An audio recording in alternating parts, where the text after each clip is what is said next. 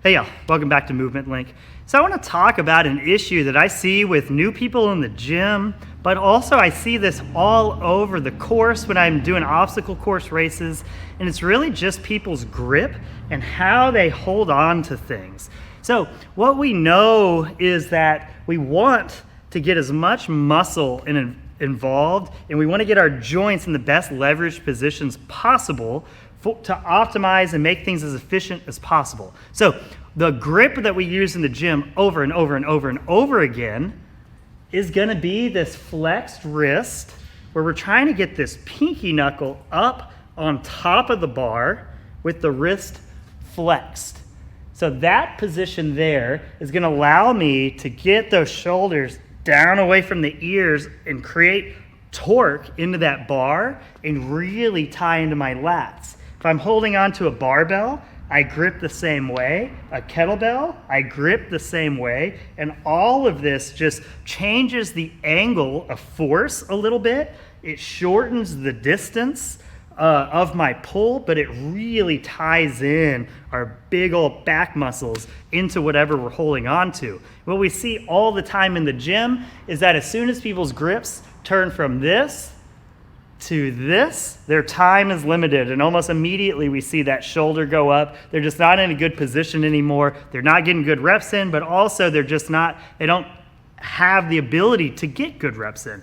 So in obstacle course races, I see the exact same thing. The people that are going through the obstacles really, really well, you don't see them going through with this wrist straight under the bar, shoulder jammed up into the ear position.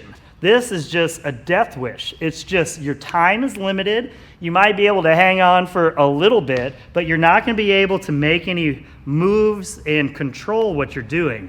Whereas if you're here and we get that pinky knuckle up on top and we get that shoulder down away, now I have the ability to reach up to other things and go do whatever I need to do. So that's the key. If I'm holding something for a farmer carry, doesn't really matter. If I'm hanging on to something, my goal is to get that pinky, the knuckles up over with that slight flexed wrist, and the power we get from that is incredible. It's got to be trained in the gym, but we got to use what we're learning in the gym out into the real world. It's why we do it the way we're doing it in the gym.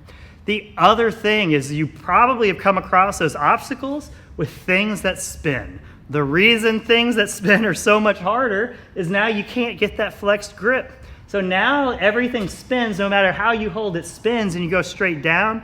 That's what makes those so hard. That's why they do it. If that wasn't harder than the spinny grips wouldn't matter to us one bit, but they do a lot. So take that extra step. Make sure that the way you're working out in the gym has that extra layer that transfers directly out into the real world and the things that you want to do, but then also make sure that the things that you're doing out there, and if it's specifically obstacle course racing, make sure that we're using these advanced techniques that may seem a little bit advanced if you've never thought of it, but they're actually pretty easy to develop if you take the effort to develop them. So work on knuckles up and over, and this is going to be for literally any time I'm holding on to anything. Flex that wrist, get a little bit of action going there with those knuckles down a little bit, clean snatches, kettlebell swings, toes to bar, muscle ups, pull ups, every obstacle I do in the obstacle course races, all of it. Work on that grip. Hope that helps. Talk to y'all soon.